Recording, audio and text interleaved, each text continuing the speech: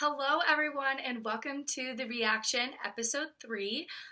This is a video sponsored by the Morning Watch at Michigan State University. My name's Chrissy Clark. I'm the editor-in-chief of the Morning Watch, and today I want to react to, basically what I want to react to is the existing stereotypes of conservatives and Republicans on college campuses, and I guess federally as well. But I really want to talk to you about what those kind of sayings that you hear about conservatives are, and then how they're not really all that true.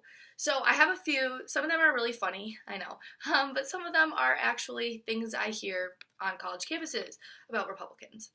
So the first one I hear all the time, literally all the time: Republicans only care about the economy. And that, I understand why that comes off that way. I really, really do. But that's really not the case. What Republicans really stand for is fiscal responsibility.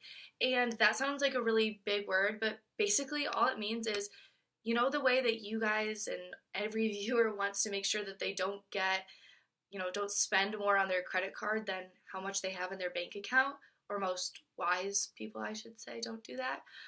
But basically what conservatives like is they like the government to do the exact same thing. And the way that they do that is by going about it in a way that makes sure that we're not spending your money, because the government doesn't have a budget. Their budget is your money. And make sure that we're not spending and they're not spending reckless amount of money on crazy government projects that don't really have too much of an outcome, which I don't really think that's all that crazy, and it doesn't really sound or make us out to be really bad people. It makes us out to be the people that want to give you more of your money so that you can spend more money on things like your college tuition, donations at church, donations to a charity of your choosing, and I guess you could choose Planned Parenthood. That's your money. You can spend whatever you want with it, So it's your money. It should be your decision what you do with it, not somebody else's. Even if you elected them, they really can't tell what every single constituent's values are, and they're different between every person. So it's just really important that the money comes from you, and you're able to give it to charities and places and things that you're really interested in, actually kind of associates most with your values.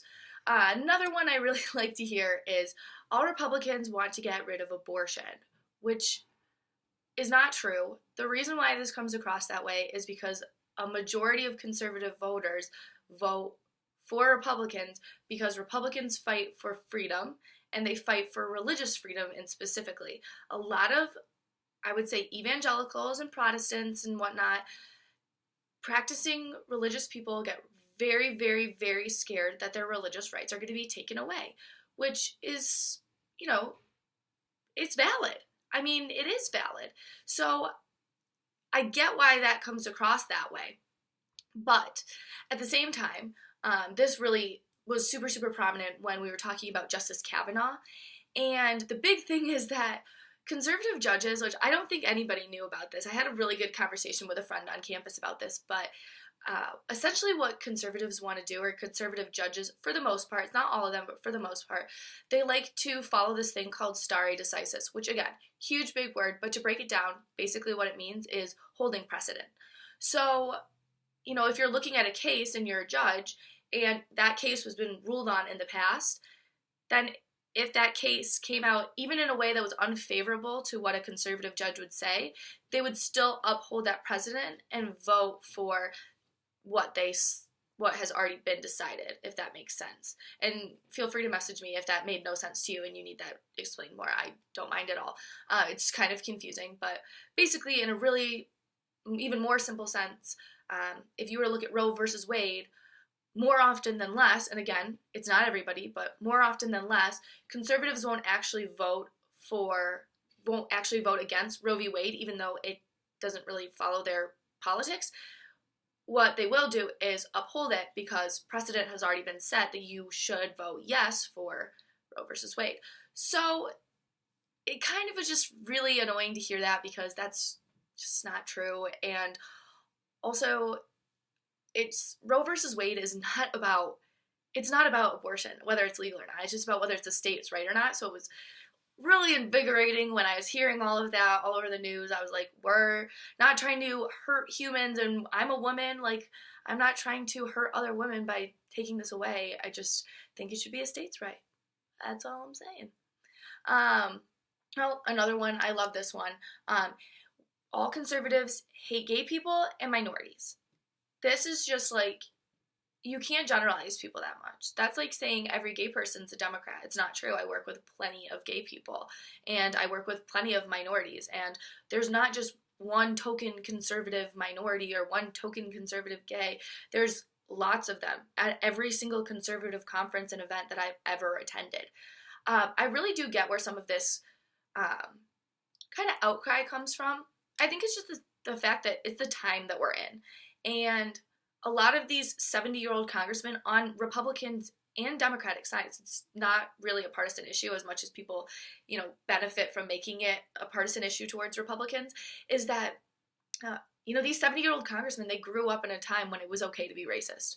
And that really, really sucks. But I think that's why a lot of people, and I'm not a fan of Alexandria Ocasio-Cortez, don't get me wrong, I think she needs to go to like a civics education class, but I do applaud her for trying to be the face of a younger generation and trying to bring in young people to politics, because it's actually really important. There's a huge generational gap between the idea of like integrating gays and minorities into the world, and other people just don't want that to happen. Like old people, just some of them just don't like that. And it's really unfortunate. Like, I don't think any young conservative is sitting here saying like, oh yeah, like I agree with this. This has been passed on for me. Like, we look at it and we're like, wow, this is really bad.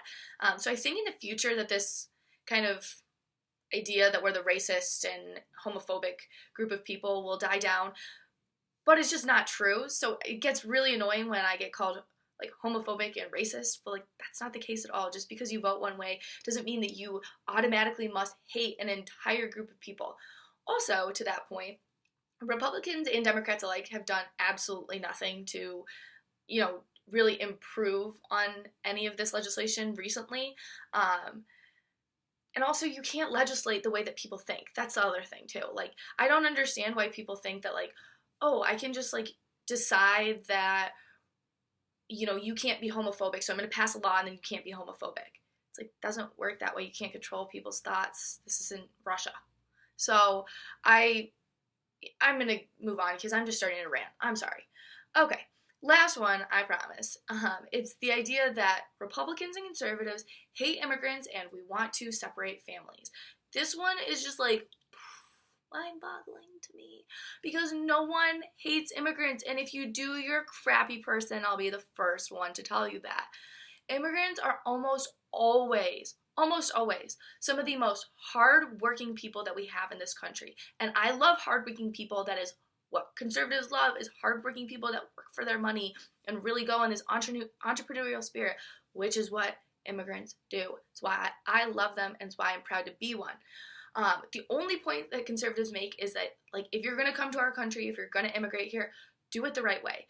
Do it the legal way so that we can make sure that you're documented, that you're getting all of the access to all of the things that you want and should benefit from being in this country, and also so we can get you on the correct path to green card status and then citizenship and all of that. I think where we can find some agreement in between like Republicans and Democrats is that there does need to be reform. The process takes way too long. It's really difficult to obtain a visa or a green card or anything along those lines. And then eventually getting citizenship, also just a really difficult process. So we do need to have some immigration reform, but that doesn't mean that Republicans don't want to do it. It's just maybe that they're prioritizing some other things. And from a personal standpoint, I think we should be fixing healthcare. I think we should probably fix healthcare before we get to the immigration reform. And I don't think that any like legislative immigration reform is really going to come until Trump gets his wall, which is just a whole other story. Don't get me started. Again, starting to rant. But then going on to the idea of like Republicans want to separate families. Come on. I think Elizabeth Warren started that, and that was just like a talking point that she said on like CNN and MSNBC, and she was just saying it just to say it, I swear. But the separation of families at the borders is mandated. It's required, and it doesn't matter whether it's a Republican or a Democrat, it's the law. So no one's going to break the law.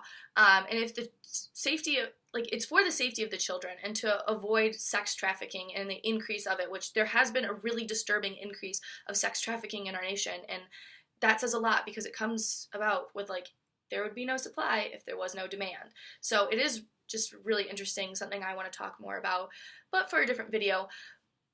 Some way that it was posed to me was that if you're standing at the border, like if you're a border agent and you were looking at some guy with 8 children or 8 young girls, come on, you're telling me you wouldn't be a little bit suspicious that this is, like, not right?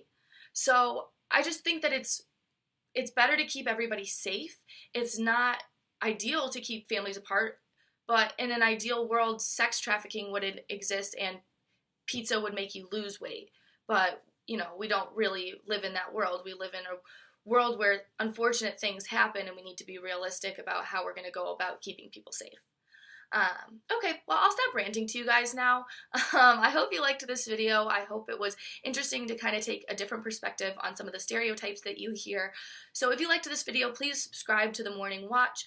Follow us on Twitter at watch_morning, and follow myself at Chrissy Clark _. Again, hope you enjoyed this video. If you have any comments, questions, concerns, feel free to message me, email me, whatever works best. So from Chrissy Clark, oh my gosh, you guys, also, I'm just going to talk to you guys. If anybody has, like, suggestions for lights, like, do you see how there's, like, circles in my glasses? Yeah, it really bugs me really, really badly. So if you have any suggestions for, like, lights or, you know, better audio equipment or anything like that, also feel free to message me. I really love to hear from you guys. You guys are awesome, and I get really good feedback. But, I mean, if you have, like, good advice or anything else, like, send that my way. See, like, oh my god, so annoying. But yeah, anyway, from East Lansing, Michigan, I'm Chrissy Clark. Have a good one.